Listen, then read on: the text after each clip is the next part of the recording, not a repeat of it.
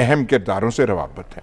بھائی ہمیں کوئی پروفائل بنا کے دیں, ہمیں کوئی اندر کی بات بتائیں, کوئی آپ نفسیاتی پروفائل بنا دیں کہ یہ جو ہیں جو بڑے اہم ایکٹر ہیں جو رہے ہیں عہدوں پہ, ان کا بڑا پارٹی کے پریزیڈنٹ ہے, یہ ہے, ان کی ذہنی نفسیاتی کیفیت کیا ہے, کہتے نہیں ہیں کچھ, لیکن پیچھے کیا چیز ہے, کچھ کرنے کے لیے کر رہے ہیں, نہیں کر رہے, ان کے ساتھ روابط کن کے ہیں. یہ آ کے ہمیں ایک, میں اب یہ نہیں کہنا چاہتا کہ ہمیں گولی دے دیتے ہیں, لیکن کوئی اصل کی بات نہیں کرتے. ٹھیک, خاور صاحب ہیں بھائی, ہم روزانہ کی بنیاد پہ سنتے جو میری ملاقات ہوئی ہے اور جن سے ہوئی ہے, اور جب میں عمران خان صاحب سے ملا تھا ان کی باڈی لینگویج جو ہے وہ یہ بتا رہی تھی, اور بھائی کوئی گھبرائے کوئی نہیں, ان کی باڈی لینگویج سے پتہ ہی نہیں ہے, پتہ چلتا ہے بھولو پہلوان وہاں پہ بیٹھے ہوئے ہیں, انہیں قطن کسی چیز کی نہیں. او بھائی ہمیں کچھ بتائیں, کچھ یہ کریں کہ لبوں سے کچھ نہیں کہہ رہے, لیکن پیچھے جو آپ نے جملہ اختیار کیا کہ کھچڑی پک رہی ہے, بھائی کھچڑی کے بارے میں ہمیں کچھ بتائیں تو صحیح. روز آپ درشن کر کے وہاں پہ آتے ہیں, میں اب یہ نہیں کہوں گا ماڈل ٹاؤن کا یہ وہ, پر وہاں جا کے ادھر ہے وہ جو ہے روزانہ کی بنیاد پہ وزیر اعظم ہاؤس گئے ہوتے ہیں, یا اسد عمر سے ملے ہوتے ہیں, یا جن وزیروں سے میری ملاقات ہوئی ہے آدھی کابینہ تو ہے وہ ان سے مشورہ کرتی ہے, تو آپ ہمیں بتائیں تو صحیح. ٹھیک ہے, ان سے پتہ لگا لیتے ہیں. کچھ بات ہی کچھ نہیں ہے, یہ بتانے کے لیے بتاتے نہیں ہیں. ہمیں بھی بتائیں, عدم اعتماد آ رہی ہے نہیں, کل کی ملاقات کا ایجنڈا کیا ہونے جا رہا ہے؟ ایاز صاحب کا تبصرہ بالکل درست ہے, اور جس حد تک ہمیں پتہ ہوتا ہے, اور ہم یہی کام کرنے کے لیے یہاں بیٹھتے ہیں. البتہ انہوں نے ایک بات جو کہی ہے وہ بالکل درست ہے, میں اس سے ایگری کرتا ہوں کہ وہ جو انہوں نے لفظ بے پرواہی کا استعمال کیا ہے, میں اس میں تھوڑا سا اور اضافہ کر دیتا ہوں کہ صرف بے پرواہ نہیں ہوئی, قوم مایوس ہوئی ہے. اس لیے کہ جس جمہوریت سے ایک قوم امیدیں اور توقعات لگاتی تو اسی وجہ سے ہے نا کہ جی یہ آئیں گے برس اقتدار, آ کر ان کے مسائل اور ان کی مشکلات کا سدباب کریں گے. لیکن پاکستان کے اندر جاری جمہوری جو ایک سلسلہ ہے اس میں ان لوگوں کے مسائل تو حل ہو جاتے ہیں. وہ جو پاکستان کی اشرافیہ ہے, جو پاکستان کے اندر مختلف وقتوں کے اندر, میں سمجھتا ہوں کہ آج کی حکومت میں بھی سب سے زیادہ فائدہ کنہیں حاصل ہوا, وہ جنہوں نے ایک پریس کانفرنس کی تھی جنوبی پنجاب صوبے کی. وہ جنوبی پنجاب صوبے والے تو محرومیوں کو آج تک رو رہے ہیں, ان سب نے جنہوں نے پریس کانفرنس کی تھی سب کا احساس محرومی ختم ہو گیا, سب کو انہوں نے اکاموڈیٹ کیا. اب جو بات کل کی ملاقات کی ہو رہی ہے وہ بھی ایک دلچسپ بات ہے. یہ ملاقات کچھ روز پہلے ہونی تھی جو اب ہونے جا رہی ہے. دیکھیں یہ مولانا فضل الرحمان کے پاس سے آصف علی زرداری جا رہے ہیں, اس سے پہلے وہ شہباز شریف صاحب کے پاس بھی گئے, اور میں نے اس وقت بھی کہا تھا کہ کچھ نہ کچھ آصف زرداری صاحب لے کے شہباز صاحب کے پاس گئے تھے ان کا. اور پیپلز پارٹی پہلے روز سے یہ کہہ رہی تھی, اس لیے کہ وہ ایک حکومت ان کے پاس ایک صوبے کی, وہ سسٹم کو توڑنا نہیں چاہتے. اور مولانا فضل الرحمان کو اگر آپ دیکھ لیں تو وہ اس سسٹم کو چلانا نہیں تھے چاہتے. وہ تو پہلے روز سے یہ کہتے تھے کہ جی یہ ان اسمبلیوں کو ہی میں نہیں مانتا, اور یہ اسمبلیوں کو ختم ہونا ہے. دیکھیں اب اس وقت ان کی ملاقات اس لیے امپورٹنٹ ہے کہ 27-28 تاریخ کو پیپلز پارٹی کا دھرنا ہے, لانگ مارچ, اور وہ جو لانگ مارچ کرنے جا رہے ہیں کہ کیا مولانا کا اب ٹارگٹ عدم اعتماد ہے یا لانگ مارچ ہے. اس پہ کل فیصلہ ہونا ہے, اور کیا پیپلز پارٹی کے ساتھ وہ شامل ہوں گے یا جو 23 مارچ کا. یہ بات درست ہے کہ اگر آج عدم اعتماد ہو جائے یہ آپ, تو کیا آنے والی حکومت جو ہے جو پاکستان کے اندر جہاں پر لا کے کھڑا کر دیا ان حکمرانوں نے, کیا اس صورتحال کا وہ سدباب کر پائیں گے؟ لیکن پہلے تو سوال یہ ہے نا سلمان صاحب کہ عدم اعتماد کے لیے کوئی تیاری ہو رہی ہے؟ دیکھیں جو بات آپ نے کہی کہ جی وہ جو کھچڑی پک رہی ہے, میں نے پہلے روز جہاں پر کہا تھا کہ جب تک پتہ تب لگے گا کہ جی کوئی اشارے ہیں یا کچھ پیچھے ہے, کہ جب ان کے اتحادی ٹوٹ کے ان کے ساتھ جائیں گے. ابھی تک میں یہ نہیں کہتا کہ اتحادیوں نے سارا وزن ان کے ساتھ ڈال دیا ہے, وہ بھی درمیان میں کھڑے دیکھ رہے ہیں کہ جی مہنگائی بہت ہے, جی لوگوں کی مسائل بہت بڑھ گئے ہیں. آپ دیکھ لیں وہ ایم کیو ایم والے, آج بھی شاید کاف لیگ کی کوئی میٹنگ ہو رہی ہے, وہ بھی دو پہ ہیں. سیدھی بات ہے کہ پیکج کیا ملے گا, اس لیے کہ پہلے بھی پیکج پہ اگر اشاروں پہ وہ کسی کے ساتھ جا سکتے ہیں. میں پورے وثوق سے ایک بات کہتا ہوں, کوئی اس میں لمبی چوڑی گردان کی ضرورت نہیں. ایک ٹیلی فون کال, اور لوگ اپنی ساری وابستگی بدل دیتے ہیں. میں نے ایک ٹیلی فون کال پہ نون سے کاف بنتی دیکھی تھی, میں ایک بندے کو جانتا ہوں. لہٰذا ابھی تک نہ اپوزیشن یہ باور کروانے میں کامیاب ہوئی ہے کہ ان کی تعداد پوری ہے. ہاں البتہ یہ میں سمجھتا ہوں کہ اپوزیشن کا کریڈٹ ہے یا ڈسکریڈٹ ہے کہ حکومت بڑی الرٹ ہوئی ہے کہ اب اراکین اسمبلی کے کام ہونے شروع ہو گئے ہیں، اتحادیوں کے در پہ جانا پڑ رہا ہے، ان کی حالت پوچھنی پڑ رہی ہے، ان کو ساتھ لے جانا پڑ رہا ہے. تو لہٰذا اس ساری صورتحال میں سے کیا نکلے گا یا نہیں نکلے گا، اس ساری صورتحال سے ایک بات بڑی واضح ہو گئی کہ ان میں سے کسی کو بھی جو قومی اور عوامی ایشوز ہیں ان سے کوئی بات نہیں. اور وہی بات ہے کہ جب آپ کے اپنے مفادات ہیں، ان مفادات کے اندر سے قوم کو کیا ملے گا؟ ابھی تک تو کچھ نہیں ملا. اور اگر پاکستان کے اندر یہی جمہوری سلسلہ اسی طرح ہی چلتا رہا تو آپ کے مفادات تو مل جائیں گے، آپ اپنے اربوں خربوں سارے کر لیں گے، آپ اپنے اثاثے بڑھا لیں گے، لیکن پاکستانی قوم کو اس ڈیموکریسی کے نتیجے میں کیا ملا؟ یہ ملا کہ جی مہنگائی، بے روزگاری، غربت میں کئی گنا اضافہ ہوا. وہ جو پاکستان کے اندر ایک تیسری پارٹی کا تجربہ یہ اچھی بات ہو گئی کہ وہ تیسری پارٹی کا اصل چہرہ بھی لوگوں نے دیکھ لیا کہ یہاں پر وعدوں دعووں لاروں سے کچھ نہیں نکلتا. جب بندے کا عمل سامنے آتا ہے تو سب کچھ ظاہر ہو جاتا ہے. اس کا مطلب پہلے دو پارٹیز ناکام ہوئی تھی، اب تیسری پارٹی بھی ان کے ساتھ کھڑی ہے. اور ماضی کی پارٹیوں کو آپ کہتے تھے کہ جی وہ چور اور ڈاکو ہیں، اس حکومت کے دور میں بڑے بڑے مافیاز. کل جو بات ہم کر رہے تھے کہ جی پرائم منسٹر صاحب نے پچھلے دنوں کہا میں نے تو وہ جو کرپشن والا مسئلہ 3 ماہ میں ہی حل کر دیا تھا. تو جناب وہ جو 3 ماہ میں آپ نے حل کر دیا، اس کے بعد وہ جو آٹا سکینڈل، چینی سکینڈل، ادویات سکینڈل، پیٹرولیم، اور آپ نے ہمیں بتایا کہ یہ ندیم بابر صاحب کیا کرتے رہے اور 300-400 ارب روپیہ لوگ لوٹ کے لے گئے اور کوئی ان سے پوچھنے والا نہیں تھا. ٹھیک ہے، لیکن ڈاکٹر صاحب سوال اہم اس وقت یہ ہے کہ تیاری ہو کس چیز کی رہی ہے؟ لانگ مارچ کی ہو رہی ہے یا عدم اعتماد کی ہو رہی ہے؟ کل کی ملاقات میں کیا طے ہونے جا رہا ہے؟ دعوت کی تیاری ہو رہی ہے، کھانا پینا ہوگا. دیکھیے یہ جو ملاقاتیں بار بار ہو رہی ہیں یہ اس بات کا ثبوت ہے کہ کوئی فیصلہ نہیں ہو پا رہا. اچھا، اگر واقعی معاملات درست ہو تو ایک ملاقات یا 2 ملاقاتوں میں معاملے سدھر جاتے ہیں. چونکہ معاملے سدھر نہیں رہے تو اس کی وجہ سے یہ ملاقاتیں ایک دوسرے کو کنونس کرنے کی کوشش کر رہے ہیں اور ایک حکومت پہ ایک پریشر کو بلڈ کر رہے ہیں. لیکن ابھی تک تو کوئی ایسے ہمیں آثار نظر نہیں آتے کہ کوئی ووٹ آف نو کانفیڈنس یہ موو کر سکیں گے یا ان کو سپورٹ مل جائے گی. گیم بڑا کلیئر ہے، لیکن یہ اس لیے موومنٹ کرتے ہیں تاکہ ایک تو حکومت میں پریشر رہے، دوسرا یہ ہے کہ میڈیا میں زندہ رہیں کہ اس کی ملاقات ہو رہی ہے، اس کی ملاقات ہو رہی ہے، بس وہ ووٹ آف نو کانفیڈنس ہو رہا ہے. جب تک ان کو کوئی اور سپورٹ نہیں ملتی، پی پی پی اور پی ایم ایل این کیو اور مولانا صاحبان یہ کافی نہیں ہیں. ویسے بھی ان سب کی سوچ ایک نہیں ہے. پی پی پی کی کم از کم سوچ 100% وہ نہیں ہو سکتی جو کہ پی ایم ایل این کی ہو سکتی ہے اور جو مولانا کی ہو سکتی ہے. کیونکہ مولانا تو ان کا بس چلے آج رات کو فارغ کر دیں اس حکومت کو. باقی رہا جو پی ایم ایل این ہے اس کی بھی کچھ ریزرویشنز ہیں. اچھا، ادھر جو پی پی پی ہے اس کی سوچ کو بڑا چیزیں مینیج کر رہے ہیں وہ. لہٰذا یہ ایک گیم جو اس وقت ہے نا، ووٹ آف نو کانفیڈنس تو پتہ نہیں ہوگا کہ نہیں ہوگا، لیکن ایک سائیکولوجیکل وارفیئر بڑی اچھی اپوزیشن نے چلائی ہوئی ہے حکومت کے خلاف، جس سے حکومت جو ہے وہ پریشان ہمیں نظر آتی ہے. لیکن یہ کب تک چلے گا؟ دیکھیں نا، ہوتا یہ ہے کہ جب آپ کی آنیاں جانیاں، اٹھنا بیٹھنا، کھانا پینا، میڈیا سے گفتگو کرنا بڑے سوفسٹیکیٹڈ انداز کے اندر، اور اصل چیز کو جواب نہیں دینا، تو وہ کب تک چلے گا؟ تو میرا خیال یہ ہے کہ اپوزیشن کو اس سلسلے میں کوئی قدم اٹھانا چاہیے، ورنہ وہ آگے کا سوچیں. میرے نزدیک اس وقت اول تو مولانا صاحب کی بات تو ہمیں سمجھ میں آتی ہے، لیکن پی ایم ایل این اور پی پی کے پوائنٹ آف ویو سے اس وقت ووٹ آف نو کانفیڈنس کوئی معنی نہیں رکھتا. بلکہ ان لوگوں کو تیاری کرنی چاہیے آئندہ الیکشن کی، اور جو پرابلمز گورنمنٹ کی ہیں وہ گورنمنٹ کی اپنی پرابلم چلتی رہیں گی اور ان کے لیے اپنا کیس بنانا آسان ہوگا.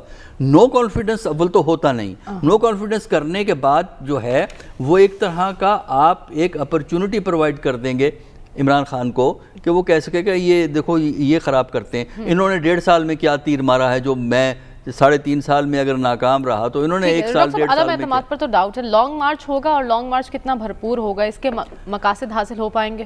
دیکھیے پہلے تو پی پی پی کا ہم نے سب سے پہلے تو یہ دیکھنا ہے جب پی پی پی کا لانگ مارچ لاہور پہنچے گا تو لاہور والے اس کا کس طرح استقبال کریں گے. وہی حاضر کریں گے جو مولانا کا کیا تھا جب مولانا نے پہلا جو ہے ایک لانگ مارچ کیا تھا اسلام آباد کے لیے. کیا وہ پی اے ایم ایل این جو ہے پی پی پی والے جب لاہور پہنچیں گے ان کے ساتھ شامل ہو جائیں گے؟ کیا کریں گے کیا نہیں کریں گے ہمیں اس کا نہیں پتہ. دیکھیں لانگ مارچ اور یہ چیزیں یہ وہ ہوتا ہے کہ ناک کو گھما کے پکڑنا. جب آپ ناک کو سیدھا پکڑ سکتے ہیں تو گھما کے کیوں پکڑتے ہیں؟ لانگ مارچ ہوگی وہ 27 کو ہوگی پھر اگلی بھی ایک لانگ مارچ ہوگی. بھائی اگر آپ نے گورنمنٹ کو نکالنا ہے تو گورنمنٹ کو نکالنے کا بڑا سمپل طریقہ کانسٹیٹیوشن میں درج ہے, آپ اس کو فالو کریں. دوسرا یہ ہے کہ آپ اگر یہ ایکسٹرا پارلیمنٹری طریقے استعمال کرنا چاہتے ہیں جلوسوں کو لے جا کے یہ کر کے وہ کر کے, تو آپ اپنے پاؤں پہ خود کلہاڑی مارتے ہیں. وجہ یہ ہے کہ آپ یہ کہہ رہے ہیں کہ پارلیمنٹ بے معنی ہے. اچھا ہم کسی دوسرے طریقے سے کسی دوسرے تعلقات کو آگے پیچھے کر کے ہم اس حکومت کو چینج کریں گے تو کیا مطلب ہے؟ اس کا مطلب یہ ہے کہ جو ادارے سیاستدانوں کو مضبوط کر سکتے ہیں سیاستدان انہی کو مضبوط نہیں کرنا چاہتے. لہذا اگر سیاستدان سیاسی اداروں کو مضبوط نہیں کریں گے تو ان سے وہ خود کمزور رہیں گے اور وہ پھر جو ریاستی اداروں کے ساتھ ان کو شکایات پیدا ہوتی ہیں وہ سچویشن اسی طرح رہے گی. تو میرا خیال یہ ہے کہ ایک لانگ ٹرم سوچ کی ضرورت ہے اور اس وقت اپوزیشن کے لیے جو ہے کم از کم دونوں بڑی پارٹیوں کے لیے ووٹ آف نو کانفیڈنس کوئی پرپس سرو نہیں کرتا. ان کا پرپس سرو ہوتا ہے کہ اگلے الیکشن میں ایسا پرفارم کریں کہ حکومت تبدیل ہو جائے اور اس سے آپ کا سیاسی نظام بھی مضبوط ہوگا, پارلیمنٹ بھی بہتر چلے گی اور اقتصادی معاملات کو اچھا چلانے کے امکانات ممکن ہو جائیں گے. لیکن اگر یہی رہا کھانے کھا لیے باتیں کر لیں پریس کانفرنس کر لی تو چلتے رہیں گے انشاءاللہ سمر تک یہی کام چلتا رہے گا. ٹھیک ہے, یہ سلسلہ ایسے ہی چلتا رہے گا. لیکن خاور کل آپ بتا رہے تھے کہ حکومت تحریک عدم اعتماد کو ناکام بنانے کے لیے کوششیں کر رہی ہے, کچھ تیاریاں ہو رہی ہیں اس سلسلے میں. آج مریم اورنگزیب صاحبہ نے کہا ہے کہ سیاسی انداز میں مقابلہ کریں. عمران صاحب پشاور سے کالز کروانا بند کریں. کتنا عمل دخل ہے ان کالز کا ہماری سیاست میں؟ اب اس کے حوالے سے ہم نے بہت زیادہ کیا سرائیاں پہلے بھی کرتے رہے ہیں, اس پروگرام میں بھی ہم نے بہت زیادہ اس طرح کے مفروضے ڈسکس کیے ہیں. لیکن آپ کے سوال پہ آنے سے پہلے میرا ایک مشورہ ہے چھوٹا سا, اگر آپ مان لیں آج پروگرام ختم ہوتا ہے نا تو دوسرا میچ ابھی شروع ہو چکا ہوا ہے قذافی اسٹیڈیم کے اندر, تو ایاز صاحب کو لے جائیں ساتھ میں, اگر سلمان غنی صاحب بھی مان جائیں تو ان کو بھی لے جائیے گا. وہاں پہ بھوکے ننگے لاہوریے اور وہ لاہوریے جو پانی کے ساتھ جو ہے روٹی لگا کے کھاتے ہیں. اس وقت ہاؤس فل ہے قذافی اسٹیڈیم کے اندر, میوزک چل رہا ہے اور لوگ بہت زیادہ انجوائے کر رہے ہیں.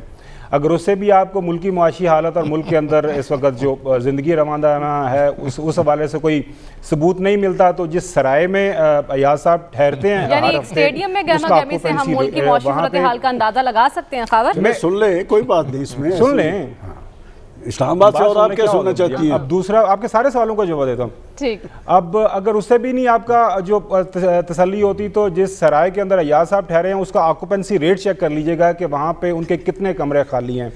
اگر وہاں سے بھی آپ کو کوئی صحیح جواب نہ ملے تو لبرٹی چلے جائیے گا, وہاں پہ بڑے اچھے شاپنگ مالز ہیں, وہاں سے پوچھیے گا کسی اچھی بوتیک پہ کھڑے ہو کے ماشاءاللہ آپ بھی بہت اچھا جو ڈریسنگ کرتی ہیں کہ کیا گزشتہ سال کے دوران ان کی کوئی سیل پرچیز کیسی رہی ہے. اگر اس سے بھی گزارا نہیں ہوتا تو کسی پیٹرول پمپ پہ کھڑے ہو جائیے گا کہ وہ بالکل پیٹرول پمپ آپ کو اگر خالی ملا کہ جی پیٹرول پمپ تو جو پیٹرول بہت مہنگا ہو گیا تو آپ لوگ پیٹرول لوگوں نے خریدنا ہی بند کر دیا کیونکہ لوگوں کے پاس پیسے ہی نہیں ہیں, قوت خرید بھی نہیں ہے, لہٰذا جو ہے وہ اسے بھی آپ اندازہ لگا لیں گے. ملک کے اندر صرف لاہور پاکستان نہیں ہے, وہ حالات پاکستان جس طرح کے میڈیا کے اندر. اچھا چلو اتنا مان لیا آپ نے کہ لاہور کے اندر حالات ٹھیک ہیں. اب سوال یہ ہے کہ جی وہاں سے کالز ہو رہی ہیں, جی پشاور سے کالز ہو رہی ہیں, تو آپ یہ اوچھے ہتھ کنڈے جو ہمارے جو ننے منے جو چوچے سے ہمارے MPAs MNAs ہیں ان کو ڈرا دھمکا رہے ہیں. تو ایسا مت کریں خدا را, ہم نے آپ کے خلاف طریقے عدم اعتماد لے کے آنی ہے تو آپ ہمارے لوگوں کو ڈرائیں گے تو ہم کیسے آپ کو گھر بھجوائیں گے؟ یہ کون سا طریقہ ہے؟ سمپل سا آسان سا حل ہے مریم.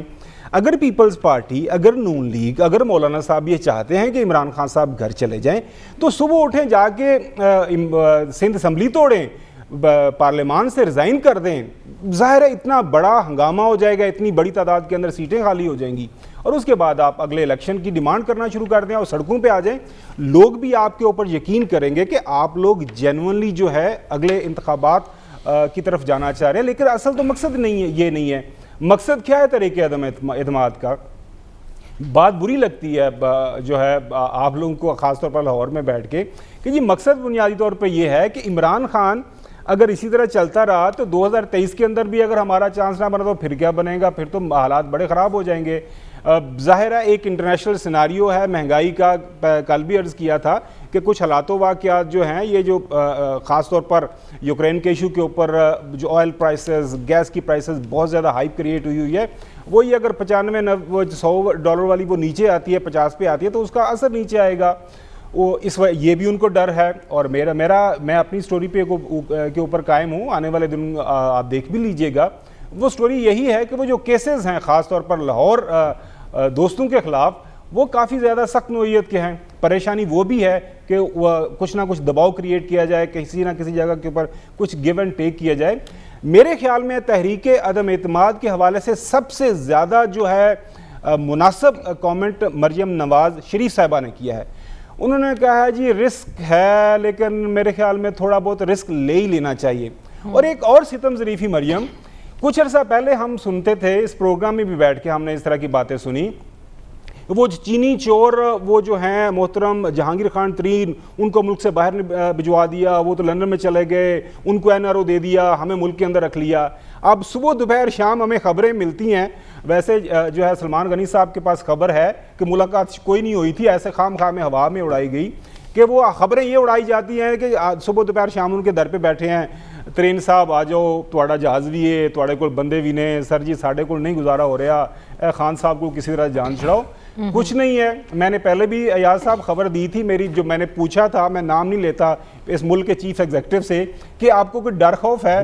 انہوں نے کہا یار مجھے کیا ڈر خوف ہے، مجھے اگر نکالتے ہیں تو میں اگلے الیکشن کی تیاری میں لگ جاؤں گا، اگر نہیں نکالتے، اگر یہ تحریک اعتماد لاتے ہیں فیل ہو جاتی ہے تو یہ 2023 کا الیکشن پہلے ہی میری جولی میں ڈال دیں گے کہ آپ نے کوشش کر کے دیکھ لی، لوگ آج فارم میں آج تسلیم کرنا، آج فارم میں، آج بڑے فارم۔ اچھا جو ڈاکٹر صاحب نے بات کی ہے نا مریم، وہ سیدھی سی بات ہے کہ اگر لوگ سڑکوں پہ آ جاتے ہیں اس حکومت کے خلاف، لوگ اسی صورت میں مریم سڑکوں پہ آتے ہیں کہ اگر لوگوں کے پاس کچھ کام کاج نہیں ہوتا۔ آج کی تاریخ کے اندر کم از کم جس حصے میں رہتا ہوں، پنجاب میں گاؤں میں بھی جاتا ہوں ہفتے مہینے میں 1-2 دفعہ، لوگوں کے پاس کام کاج ہے، لوگوں کے سلسلے چل رہے ہیں، مہنگائی ہے، انفلیشن ہے، اب اس کے کچھ محرکات کچھ اور ہیں۔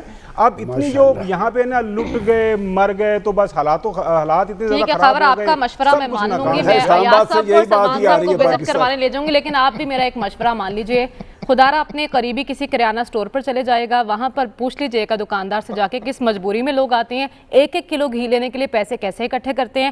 رکشے والے وہ بھی زیادہ دور نہیں، سڑک پہ نکلیں گے آپ کو رکشے والے بھی مل جائیں گے، ان سے حالت زار پوچھ لیجئے گا، سرکاری اسپتالوں میں جا کر حالات دیکھ لیجئے گا، اور اگر تب بھی گزارا نہ ہو تو بینکوں کے باہر قطاریں جو لگی ہوں گے نا بل جمع کرانے کے لیے، ان سے ان کی مجبوریاں ضرور پوچھ لیجئے گا۔ ہمیں پروگرام میں آگے بڑھنا اور بات کرنی ہے جعلی خبر روکنے کے لیے حکومت نے اقدامات کیے ہیں، اسی پر بات ہوگی اس بریک کے بعد۔ اسٹے ود اس۔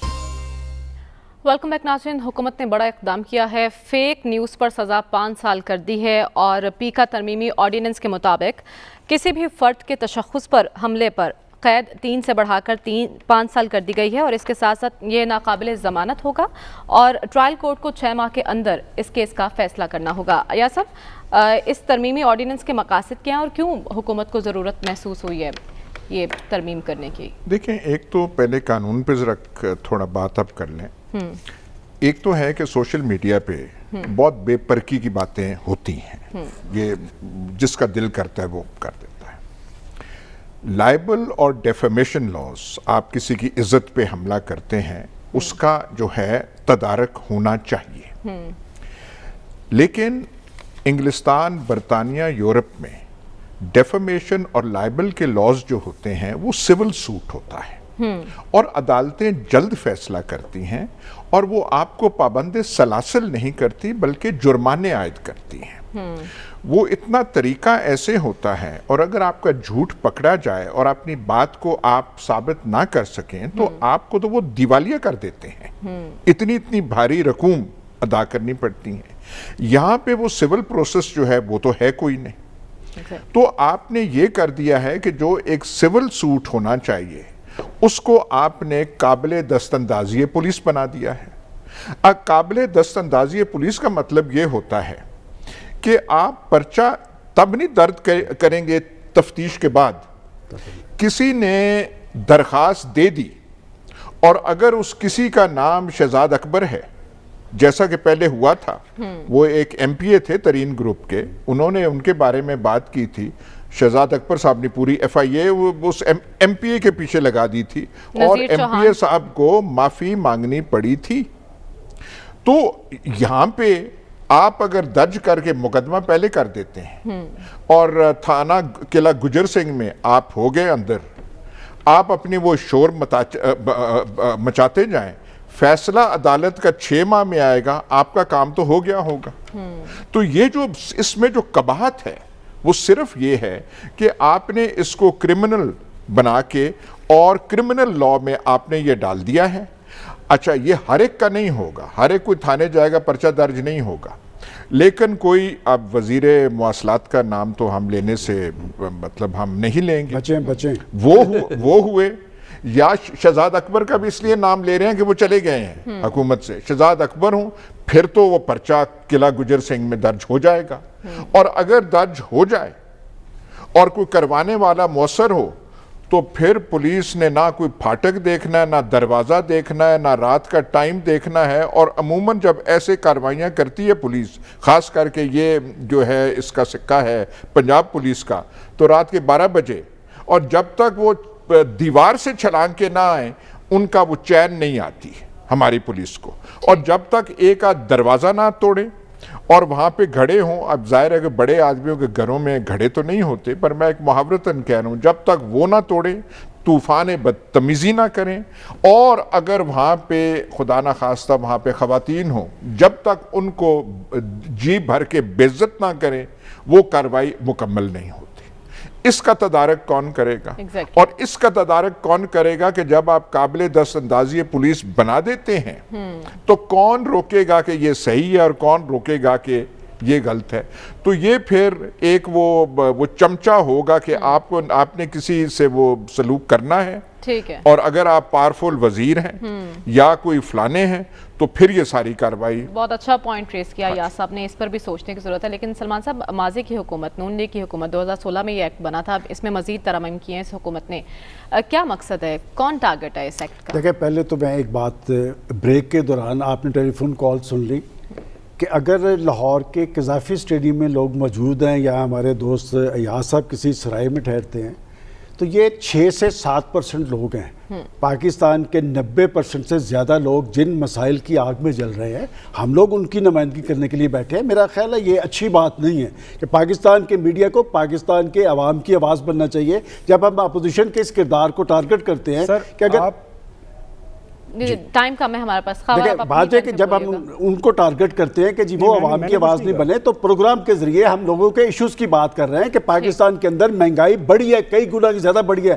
میں صرف ایک بات، خوردنی تیل 160 روپے پر کلو تھا، جائیں کسی غریب کے گھر سے پوچھیں، اور اسی دفتر کے باہر میں روز دیکھتا ہوں کہ 300 لوگ لائن میں کھڑے ہوتے ہیں، 3 گھنٹے آ کے کھڑے ہوتے ہیں صرف 2 روٹیاں اور 1 دال لینے کے لیے۔ میرا خیال ہمیں اس طبقے کی نمائندگی نہیں کرنی چاہیے جو قذافی اسٹیڈیم میں موجود ہے، ہمیں پاکستان کے مسائل زدہ لوگوں کی نمائندگی کرنی چاہیے۔ دوسری بات جو آپ کا اس قانون کی ہے، ٹیکنیکلٹیز کی انہوں نے بات کر دی ہے، 2016 کی آپ بات کی ہے، جب حکومتیں عدم مقبولیت کا شکار ہوں اور ان کی مقبولیت ختم ہو رہی ہو تو اس طرح کے آرڈیننس آتے ہیں، اور یہ حکومت 63 آرڈیننس لا چکی ہے، 6 پریزیڈنشل آرڈر جاری ہو چکے ہیں۔ مجھے کوئی خطرہ نہیں ہے اس آرڈیننس سے، اس لیے کہ ہم سمجھتے ہیں کہ فیک نیوز نہ ہم دیتے ہیں، اور جو لوگ فیک نیوز دیتے ہیں سوشل میڈیا پہ، یہ ساری کریکٹر اسیسینیشن کی مہم کہاں سے شروع ہوئی تھی، کس جماعت نے شروع کی تھی، کون ہمیں گالیاں دیتا ہے، وہ پوری پاکستانی قوم کو پتہ ہے۔ لہٰذا آپ اپنی عدم مقبولیت کی فکر کریں، نہ کہ اس بات کی فکر کریں کہ کون لوگ آپ کو ٹارگٹ کریں۔ لیکن ڈاکٹر صاحب، ہم نے دیکھا ہے کہ حد تک عزت، حساس اداروں یا شخصیات کے خلاف بات کرنے پر پرانے نئے قوانین تو موجود ہیں، ان پر